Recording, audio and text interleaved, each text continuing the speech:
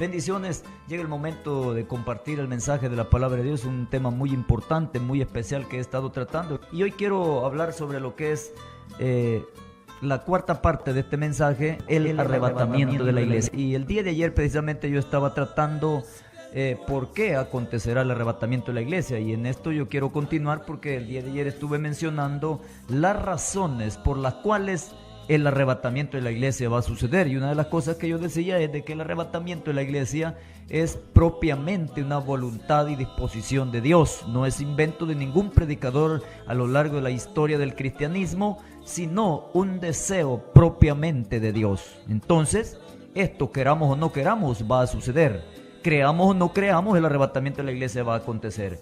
Ahora, es bien importante, el día de ayer yo decía de que está presagiado el acontecimiento más importante relacionado con la iglesia cristiana, está presagiado desde el Antiguo Testamento. Lo vemos en el caso de Enoc, lo vemos en el caso de Lot, como también lo vemos en el caso de Elías, que son prácticamente tipos muy claros acerca de lo que es el arrebatamiento de la iglesia. También decía que este acontecimiento acontecerá porque es una promesa exclusiva de Jesús que Él la hizo, por supuesto, a los apóstoles cuando Él estaba en esta tierra. Él dijo claramente: si me voy y os prepararé el lugar, vendré otra vez y os tomaré a mí mismo, para que donde yo estoy, vosotros también estéis. También decía que esta es una doctrina muy fundamental que fue también enseñada por los apóstoles. El apóstol Pablo la enseñó a los corintios, la enseñó a los de Filipo, la enseñó a los de Tesalónica, como también el apóstol Santiago lo enseñó. El apóstol Pedro también lo enseñó, como también el apóstol Juan. Otra de las razones, la número 3, por las cuales el arrebatamiento de la iglesia va a acontecer, es porque Dios es justo. Es decir, que Él no dejará a los suyos padecer o pasar por el periodo de la gran tribulación que viene sobre este mundo. La mañana viene cuando la iglesia será quitada de esta tierra. Él promete en su palabra sacarnos antes que la ira de Él sea derramada sobre esta tierra pecaminosa. Esta bondad la mostró en el Antiguo Testamento con todos aquellos siervos que se guardaron para Él. El caso de Enoc fue llevado antes que el diluvio cayese. También Lot fue sacado de Sodoma y Gomorra antes que las ciudades fueran incendiadas por el furor de la ira de Dios con fuego y azufre. Lot escapó antes, y es enfática la palabra al señalar que los ángeles dicen a Lot: escápate al monte, date prisa, porque no podemos hacer nada mientras tú no hayas llegado allá. Es decir, que la ira de Dios tampoco será derramada sobre esta tierra mientras la iglesia esté todavía en este mundo. Si Dios libró a su siervo Noé del diluvio universal, salvándolo a él y a toda su familia en el arca, también Dios va a salvar a la iglesia, sacándola de la gran tribulación. Salvó al justo Lot, al justo Enoc, arrebatándolo antes que el juicio de Dios cayera sobre el mundo antiguo. Sacó a Lot y a sus hijos de Sodoma antes que el fuego cayera sobre todos los pecadores. Rescató a su siervo Elías antes que dos osos de monte destrozaran a los muchachos de Betel. Entonces, esta es la justicia de Dios. ¿Cómo es posible que nosotros, siendo sus hijos, vayamos a pasar por el periodo que se conoce como la gran tribulación en la escatología, que es un periodo de 7 años en los cuales en los primeros 3 años el anticristo aparecerá como un hombre de paz que va a dar paz, felicidad, tranquilidad al mundo, pero solamente será una manera muy engañosa para adueñarse de las personas? Y después de estos 3 años y medio el anticristo se declarará como tal. Entonces comienzan a desatarse una serie de juicios que la Biblia señala que son 21 juicios señalados en el libro de Apocalipsis desde el capítulo 6 hasta el capítulo 19. Estos van desde los 6 sellos, las 7 trompetas y las 7 copas de la ira de Dios, haciendo un total de 21 juicios que serán derramados durante el periodo de la gran tribulación. Tiempo en el cual en ninguna parte de las Sagradas Escrituras se ve a la iglesia acá en la tierra. Al contrario, se ve a la falsa iglesia, la iglesia apóstata mundial, la cual estará comandada por el falso profeta en aquel entonces. Esa es la que se ve en ausencia de la verdadera iglesia. Ese es el objetivo muy grande de Satanás en la actualidad, tratar de conformar lo que es la iglesia apóstata mundial, de la cual emergerá el falso profeta y que será la plataforma en la actualidad para lanzar al máximo líder que comandará este mundo por los últimos 7 años, llamado el anticristo. Más adelante estaré impartiendo temas relacionados exactamente con el anticristo, y de veras que serán temas muy importantes. Por lo tanto, es menester que nosotros hoy comprendamos que mientras la iglesia esté en esta tierra, la ira de Dios no puede ser derramada. Dios lo ha demostrado desde un principio. Dios no es injusto, Dios es justo totalmente. De nada sirve que nosotros, sus hijos, estemos acá y vayamos a pasar por el periodo de la gran tribulación. Por lo tanto, Dios lo demostró. Dios salvó a Noé en el arca, aunque Noé no es un tipo claro de la iglesia, porque la tipología de la iglesia se ve más claro en Enoc y no en Noé, porque Noé lo que representa es al pueblo de Israel pasando por el periodo de la gran tribulación. Es cierto que Noé estaba a salvo en el arca, pero estaba siendo, como dijera, de una u otra manera estaba siendo afectado por el fuerte diluvio, las fuertes tempestades que se estaban desatando, estaban cayendo sobre el mundo antiguo. Noé fue afligido, si bien es cierto, fue salvado, como también lo será el pueblo de Israel. Será perseguido, será atribulado, pero también la Biblia dice que será rescatado, y eso lo dice la palabra de Dios exactamente en Jeremías capítulo 30, versículo 7. Dice que cuán grande es aquel día para Jacob, tanto que no hay otro similar, pero dice, será tiempo de angustia, pero de ella o de él será librado. La palabra de Dios señala que Dios va a librar a su pueblo Israel. Sin embargo, van a pasar por el periodo de la gran tribulación, prácticamente como lo vivió Noé. Entonces Dios es justo, y por eso, por esta razón, es que va a suceder el acontecimiento, el arrebatamiento de la iglesia, para salvarnos del periodo trágico y más severo que jamás nunca una generación de las que han habido lo ha podido vivir. Ese evento será sin precedentes. También sucederá el acontecimiento, el arrebatamiento de la iglesia, porque es el medio de salvación designado por Dios para que sus hijos escapen de la gran tribulación. Algunos versículos que yo quiero darle que prueban que la iglesia no pasará por la gran tribulación. Si usted quiere tomarlos, apúntelos, aunque después usted puede solicitar los mensajes también en audio, ya que se están grabando. El primero es Isaías 26, 20 y 21. Anda, pueblo mío, dice el profeta, o Dios a través del profeta, entra en tus aposentos, cierra tras ti tus puertas, escóndete un poquito por un momento en tanto que pasa la indignación.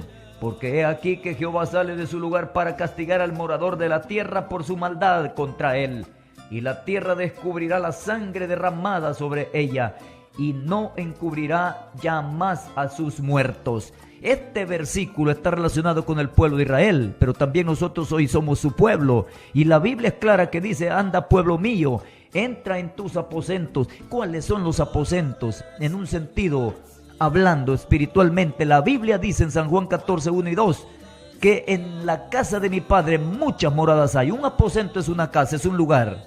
Entonces, los aposentos que se le dan a la iglesia amada del Señor, lo es en el cielo. La Biblia dice, en la casa de mi Padre muchas moradas hay. Esos son los aposentos que nosotros, el pueblo de Dios, hoy en la actualidad tenemos. Por lo tanto, esos aposentos están en el cielo, y es el lugar donde nosotros seremos llevados para entrar en el lugar precioso del reino celestial, y estaremos a salvo. Proverbios 11:8 dice, el justo es librado de la tribulación, mas el impío entra en lugar suyo. Este es un principio claro de Dios.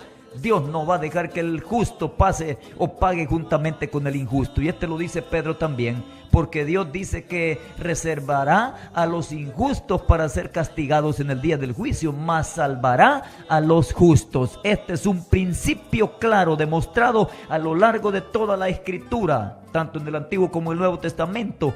Dios lo ha demostrado. Dios es justo, y el justo es librado de la tribulación. Es decir, Dios siempre nos va a sacar. Otro versículo, San Lucas 21:36 dice, porque como un lazo vendrá sobre todos los que habitan sobre la faz de la tierra. Velad pues en todo tiempo orando que seáis tenidos por dignos de escapar de todas estas cosas que vendrán, y de estar en pie delante del Hijo del Hombre. Esta es una realidad. El consejo de Dios es que nosotros velemos en todo tiempo orando a fin de ser tenidos de escapar, de ser tenidos por dignos de poder escapar de todo lo que viene. ¿Qué es lo que viene? Viene la gran tribulación. Este es un sermón profético que Jesús pronunció en los evangelios y que está estrictamente relacionado con el tiempo final. Y está hablando acerca de la gran tribulación. Dice, porque como un lazo vendrá sobre todos los que habitan sobre la faz de la tierra y los destruirá. Esto es muy claro y es muy relacionado con lo que San Pablo dijo, porque cuando digan paz y seguridad vendrá destrucción repentina como los dolores a la mujer encinta y no escaparán. Esto Jesús lo está relacionando de una manera muy especial. Significa que usted tiene que velar y orar en todo tiempo para que seamos tenidos por dignos de escapar de todo lo que viene. Por lo tanto, hermanito, no durmamos. Muchos están dormidos a pesar del tiempo final en el que estamos viviendo. ¿Cómo es posible que hoy, a sabiendas que Cristo viene, se oye por todos los medios, los pastores, en las iglesias, en las congregaciones, en las campañas, en la radio, en la televisión, siempre un siervo de Dios que sabe que el tiempo es final, siempre va a estar advirtiendo para que nos preparemos? Por lo tanto, Dios quiere que nosotros seamos tenidos por dignos de escapar de todo lo que viene. Y la única manera de ser tenidos por dignos es velar y orar en todo tiempo, es decir, andar en el Espíritu. Eso es lo que Dios quiere. Pablo también lo señala en 1 Tesalonicenses capítulo 5, versículo 9. Él dijo, porque no nos ha puesto Dios para ira, sino para alcanzar salvación por medio de nuestro Señor y Salvador Jesucristo. Este versículo es más enfático, es más claro al señalar que la iglesia, los cristianos, los lavados y redimidos en la sangre del Cordero, no hemos sido puestos para ira. Y cuando la Biblia dice ira, se refiere a la gran tribulación, se refiere al periodo de la furia, del enojo, de la ira de Dios, no se refiere a otro periodo más. Hoy mucha gente cuestiona que no habrá gran tribulación, que cómo es posible que Dios vaya a castigar a sus criaturitas tan chulas. Muy chulo puede ser, pero si tú estás en pecado, te caerá la ira de Dios. Y eso tienes que entenderlo. Sin embargo, por eso Dios dice en su palabra que más Dios muestra su amor para con nosotros, no queriendo que nadie se pierda. Ese es el deseo de Dios, pero tú te quieres perder por tus hechos abominables que repudian directamente el carácter de Dios, porque Dios no se comparte, Dios no comparte su gloria, Dios no está contento con las acciones pecaminosas que el hombre hace. Dios en su amor, Él no quiere que nadie se pierda. Sin embargo, Dios, ahorita en la actualidad, su cara es totalmente el amor.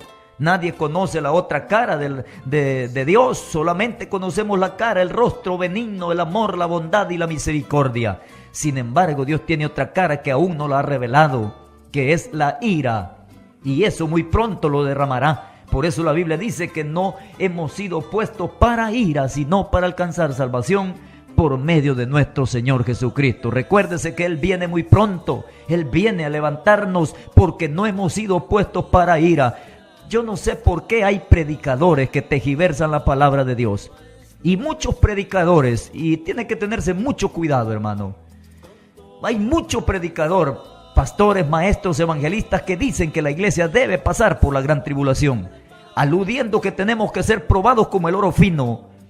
Yo no sé de dónde se han inventado eso, pero la Biblia más prueba que la iglesia amada del Señor no pasará por la gran tribulación. Confunden versículos como Daniel 7:21, como Apocalipsis 13:7, donde dice que se le permitirá hacer guerra a los santos, es decir, al anticristo se le permitirá hacer guerra contra los santos y vencerlos.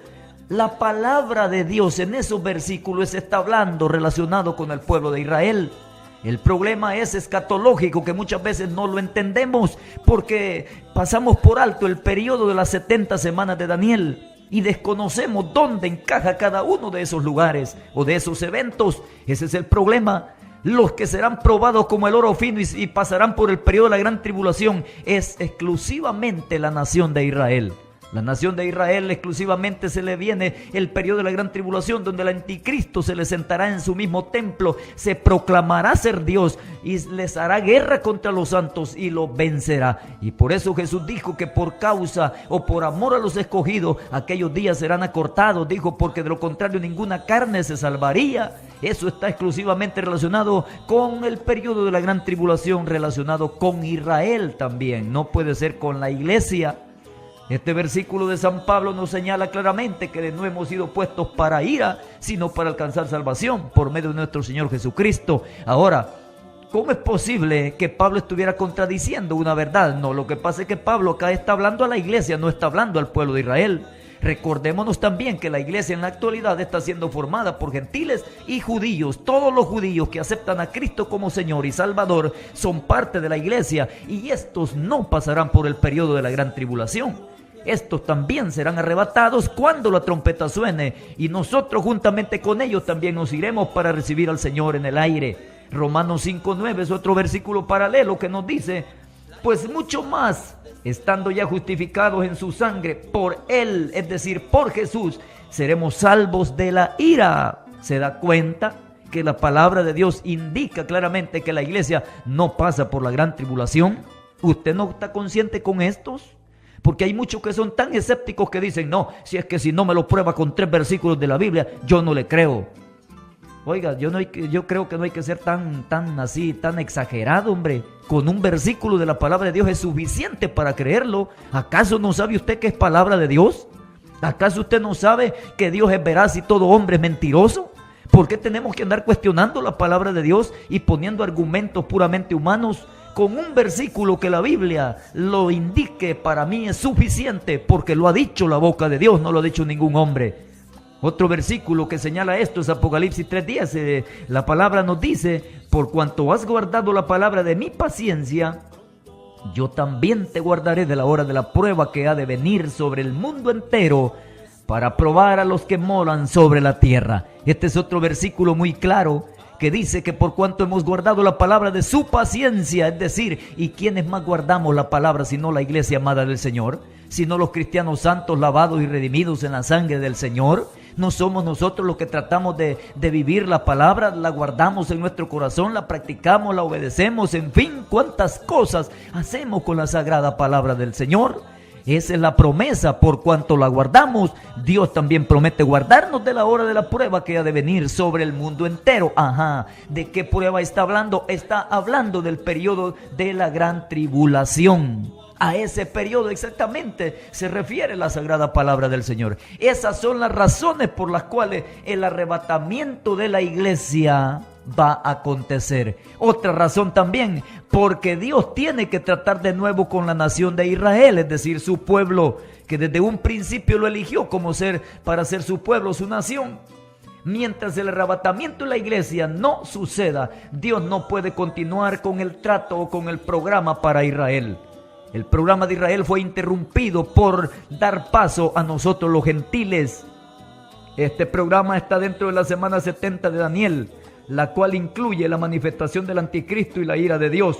Ambas en el mundo no las ha experimentado, o ambas el mundo no las ha experimentado. Nunca en la historia se registra que ha habido un dictador mundial que haya establecido una marca. Para aquellos escépticos que dicen que la marca, que eso ya es cosa del pasado, que pasó en los tiempos de los emperadores, en el tiempo de los papas, ningún emperador, en ningún libro de la historia del cristianismo o del mundo se registra que ya haya habido un dictador mundial que haya puesto una marca, el 666, a toda la raza humana. Eso no es así. Eso falta todavía que se dé.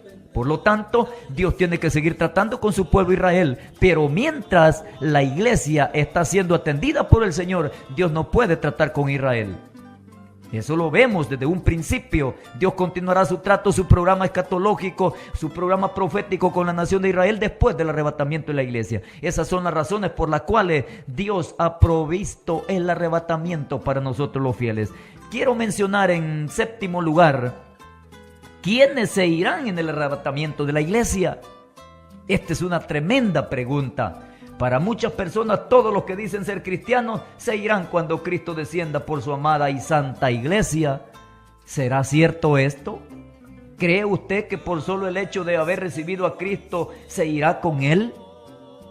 Muchos ministros de Dios enseñan hoy en día que todos volarán con el Señor, no importa cómo vivan.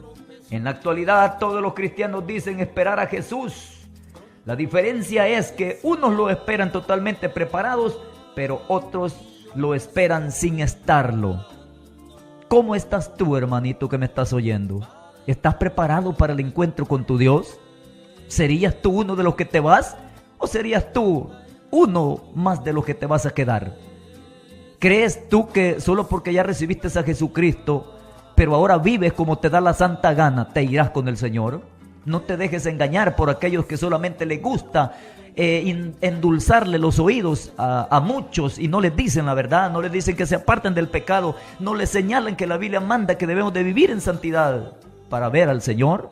No te dejes engañar por eso, tampoco te conformes, tampoco te sientas feliz porque crees que ellos tienen la verdad. Escudriña la palabra y te vas a dar cuenta de lo que la Biblia señala para poderse ir con el Señor. Ante esta realidad, Jesús estableció muy claro que no todos se irán cuando Él regrese por su pueblo. Veamos cómo Él lo dijo. Os digo que en aquella noche estarán dos en una cama, el uno será tomado y el otro será dejado. Dos mujeres estarán moliendo juntas, la una será tomada y la otra será dejada. Dos estarán en el campo, el uno será tomado y el otro será dejado. San Lucas 17, 34 al 36, Jesús narró este pasaje hablando relacionado con el juicio que le vendrá a Israel, pero también es importante mencionarlo que no todos se van con el Señor cuando Él venga. San Mateo 25 del 1 al 5, el pasaje clásico que a muchos les gusta predicar, el pasaje de las 10 vírgenes, Él dice: entonces el reino de los cielos será semejante a 10 vírgenes que tomando sus lámparas salieron a recibir al esposo. 5 de ellas eran prudentes y 5 insensatas. Las insensatas tomando sus lámparas no tomaron consigo aceite, mas las prudentes tomaron aceite en sus vasijas juntamente con sus lámparas. Y tardándose el esposo cabecearon todas y se durmieron. Y a la medianoche se oyó un clamor: he aquí viene el esposo, salid a recibirle. Entonces todas aquellas vírgenes se levantaron y arreglaron sus lámparas, y las insensatas dijeron a las prudentes: dadnos de vuestro aceite, porque nuestras lámparas se apagan. Mas las prudentes respondieron diciendo: para que no nos falte a nosotras y a vosotras, id más bien a los que venden y comprad para vosotras mismas. Pero mientras ellas iban a comprar, vino el esposo, y las que estaban preparadas entraron con él a las bodas, y se cerró la puerta. Después vinieron también las otras vírgenes diciendo: Señor, Señor, ábrenos. Mas él respondiendo dijo: de cierto os digo que no os conozco, velad, pues porque no sabéis el día ni la hora en que el Hijo del Hombre vendrá. ¿Se da cuenta que no todos entrarán? ¿No todos se irán con el Señor? ¿Quiénes se irán? Una extraordinaria pregunta y difícil de poderla responder. La palabra de Dios, la Biblia, nos quita todas las dudas que podemos tener con relación a quiénes se irán en el arrebatamiento de la iglesia. Veamos en verdad quiénes son los que se van. Primero, se irán solamente los creyentes fieles en Cristo Jesús. Según San Marcos 16, 15 al 16, Él dijo: id por todo el mundo y predicad el evangelio a toda criatura. El que creyere y fuere bautizado será salvo, mas el que no creyere será condenado. Se irán, dije, solamente los creyentes fieles en Cristo Jesús. Muchos dicen ser creyentes, pero de creer en Cristo no creen. Solamente se llaman creyentes de nombre, pero no porque creen en Cristo. Tienen duda que Cristo sea el Salvador de su vida. Inclusive es algo terrible que muchos no quieren ser bautizados y creen que en el arrebatamiento de la iglesia se van a ir. Recientemente me daba cuenta de que en una de las emisoras cristianas de nuestro país, no es de acá de Aguachapán, es exactamente de Santa Ana, creo, dijo claramente el locutor que estaba ahí, haciendo una pregunta, qué significaba el bautismo para las personas. Y una de las personas que le llamó, le dijo él: hermano, y yo creo que me voy a salvar, fíjese que tengo tantos años de ser cristiana y yo no siento deseos de bautizarme, es más, yo no quiero bautizarme, le dijo ella.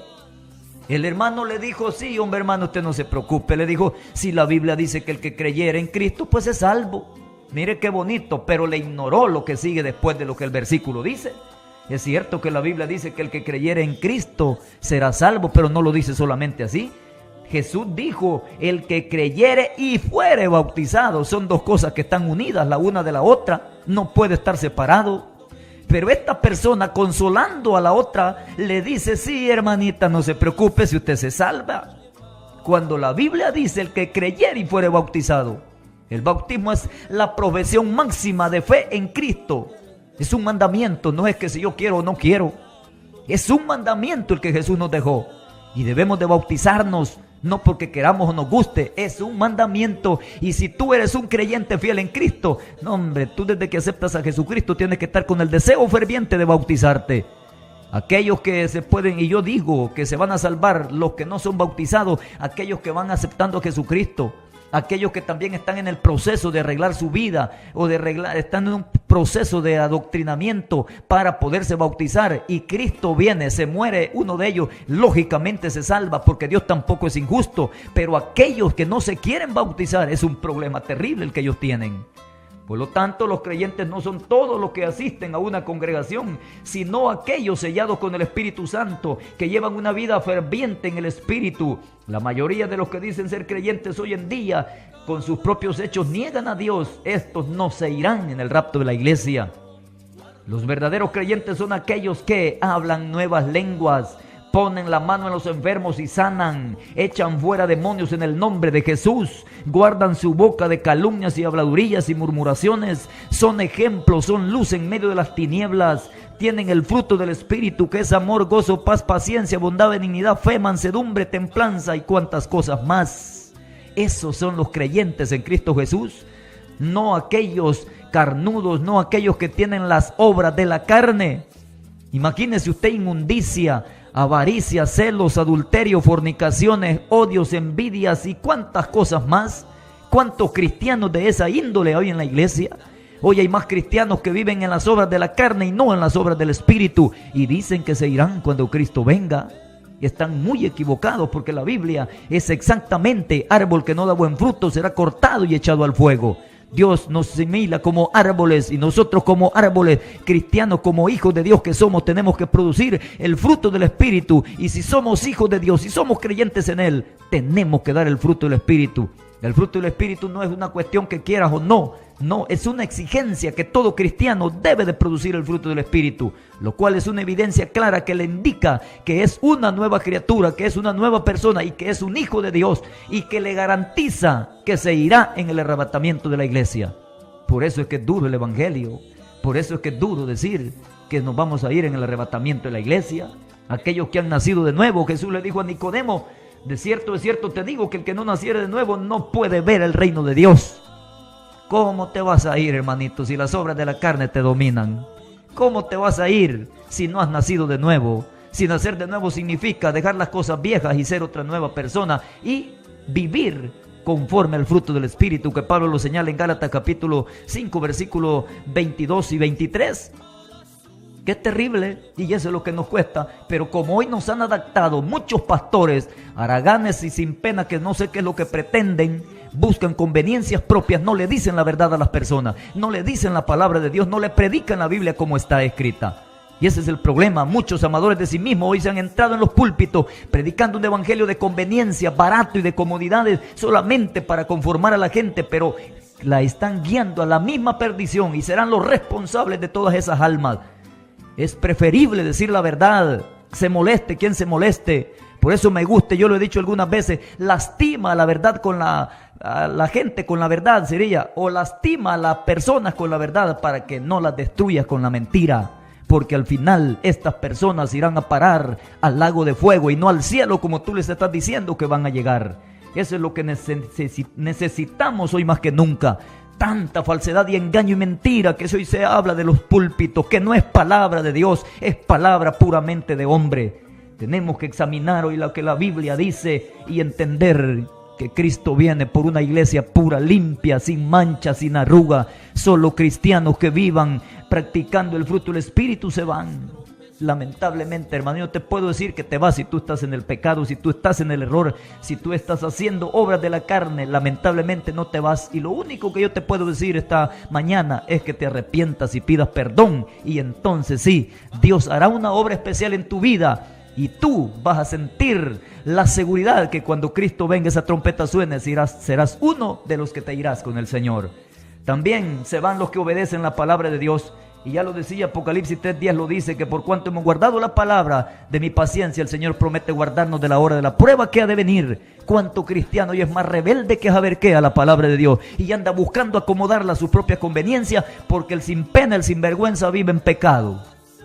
Hoy hay gente que se casa una, dos, que tres, que cuatro veces, se divorcian de una, se vuelven a casar y creen que eso la palabra lo tolera, ignorando que la Biblia no aprueba el divorcio en ninguna circunstancia. Confunden las cosas. Cuando Jesús narró aquello, estaba hablando acerca de la cultura judía y él dijo que el adulterio, él dijo que la carta de repudio era válida solamente en términos de fornicación. Y el que está en matrimonio no puede fornicar, él adultera, no puede fornicar. Fornican los que están sin un compromiso. Y Jesús estaba hablando exactamente de lo que pasaba en la nación de Israel.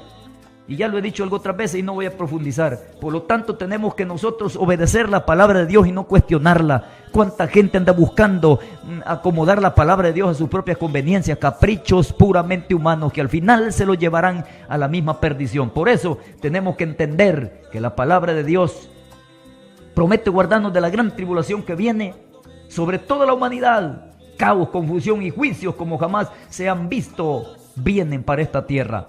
Pero hay una promesa, el Señor guardará a los que están guardando su palabra. No se van los rebeldes, desobedientes a la palabra de Dios, no se van. ¿Y cuántos desobedecen la palabra? Saben que hay que diezmar, no diezman. Saben que hay que ofrendar, no lo hacen. Saben que hay que congregarse, no lo hacen. Saben que hay que amarnos unos a otros, no lo hacen. En fin, critican a medio mundo y solo ellos son los buenos. Qué terrible como hoy viven mayoría muchos cristianos. ¿Y se irán con el Señor? No, hermano, lamentablemente no. Y no es que quiera convertirme en juez tampoco. Simplemente la palabra de Dios lo manda. Tenemos que obedecer la Biblia. No hay otra cuestión más. Tenemos que ser obedientes. Y la palabra no se la inventó nadie más que es palabra del Señor. También se irán los que estén velando en todo tiempo. Dios quiere que la iglesia vele en todo tiempo.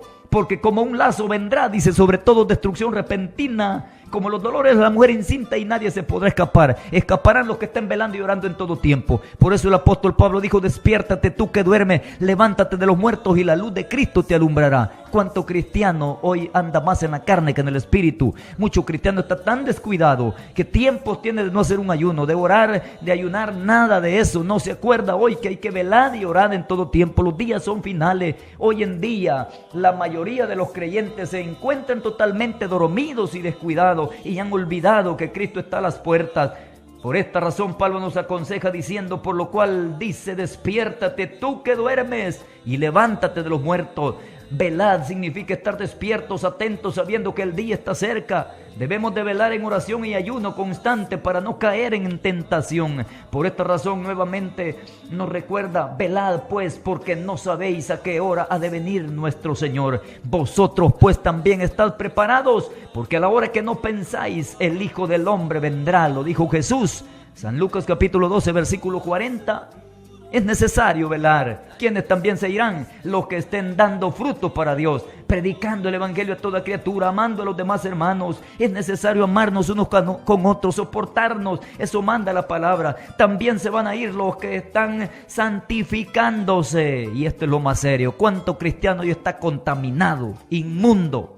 Y así llegan a la iglesia. Pero como en la iglesia todos se ven angelitos, todos se ven con alitas, todos se ven blanquitos, bonitos por fuera, pero por dentro muchas veces están como Jesús le dijo a los fariseos, hermano. Qué terrible. Por dentro parecen, como dijera, por fuera parecen sepulcros blanqueados, pero por dentro son prácticamente como sepulcros llenos de huesos podridos. Qué terrible. Tienen adulterio, fornicaciones, envidias, homicidios, rencores, cuántas cosas, malas palabras, se echan los tragos, se echan la cerveza, fuman marihuana, de todo. En fin, son unos paganos completos, peores que los que andan afuera. Por lo menos los que están afuera están declarados que no son nada. La Biblia dice: no os engañéis, Dios no puede ser burlado. Todo lo que el hombre siembre, eso va a cosechar. Condenación y juego te espera. No hay más. Ese es el problema que tenemos que entender. Pero a ti quizás te han conformado que así te vas a ir al cielo solo porque ya dijiste que aceptaste a Jesús. Pero el aceptar a Cristo no implica solamente aceptarlo y de ahí hacer lo que me da la gana. Significa demostrarlo, que en verdad lo he aceptado, dando testimonio pleno donde quiera de lo que es Cristo. Jesús dijo: vosotros sois la luz del mundo, y una luz asentada sobre una ciudad no se puede esconder. No, hermano, sos luz o sos tinieblas. Aquí no es cuestión que yo casi soy cristiano. No hay términos medios. O somos o no somos. O te vas con el Señor o te quedas. Esto del Evangelio se trata de vida o de muerte. Te vas con el Señor o te quedas. Ganas o pierdes. Triunfas o quedas derrotado. No hay más. Eso es lo serio. Y el arrebatamiento de la iglesia está a punto de suceder. El escritor a los Hebreos, hablando, él dijo: seguir la paz con todos y la santidad, sin la cual nadie verá al Señor. ¿Cómo está tu vida, hermano? ¿Estás santificado?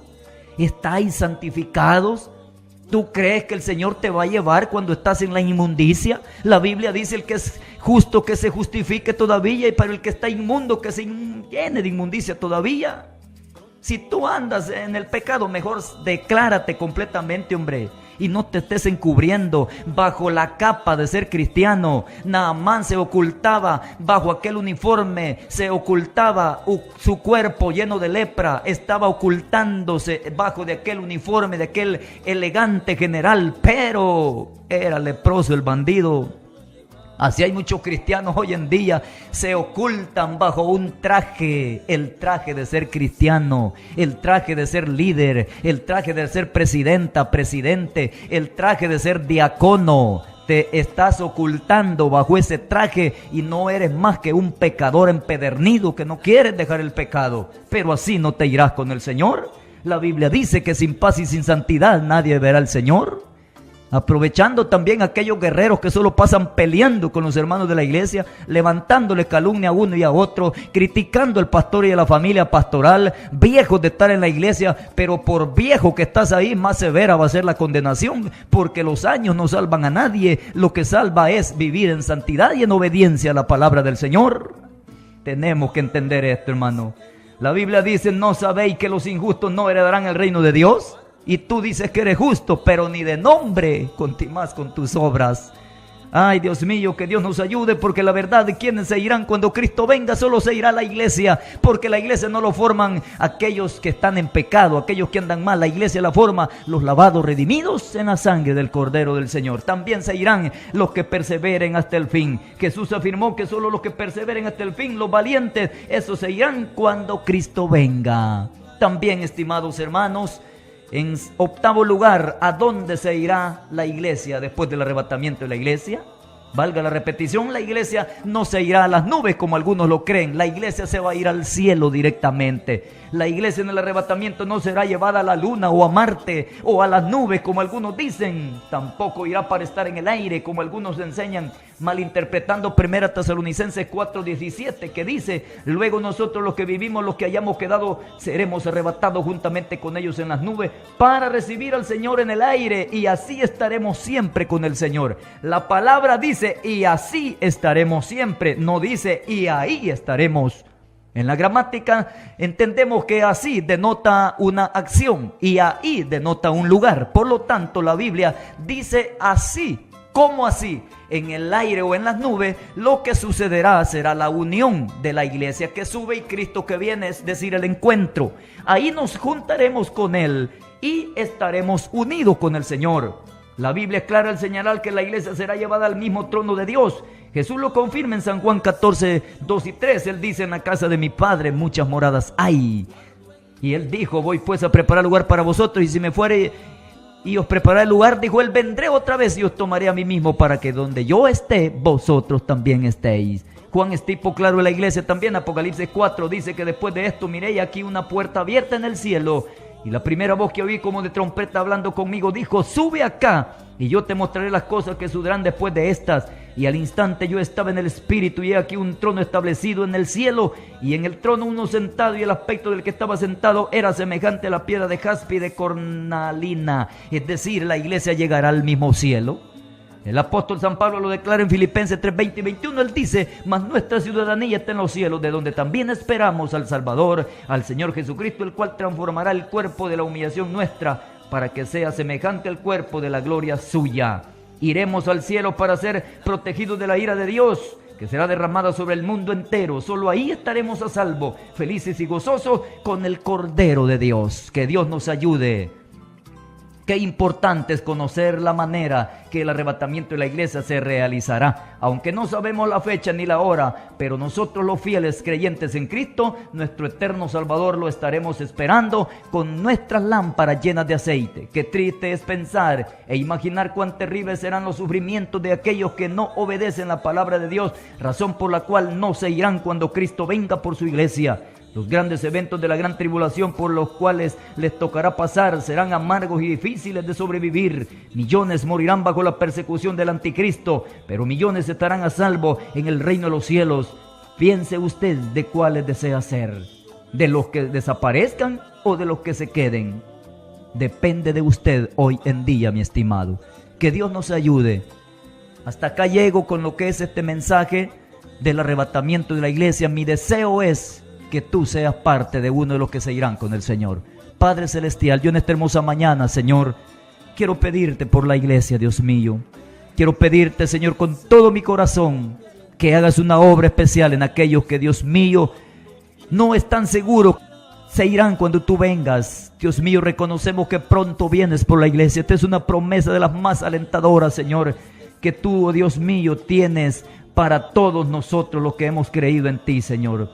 Te pido, Padre Celestial, que toques las vidas de aquellos que no te conocen, Señor. Ten misericordia, mi Cristo amado, en el nombre glorioso de Jesús. Yo sé, Señor, que tú eres grande y tú puedes ayudar, Dios mío. Afirma a aquellos que están jugando el evangelio, Señor. Ten misericordia, sálvalos por tu amor, por tu bondad, Dios mío, para que cuando esa trompeta suene, seamos uno de los llevados, Señor. Gracias, Padre, en el nombre de Jesús.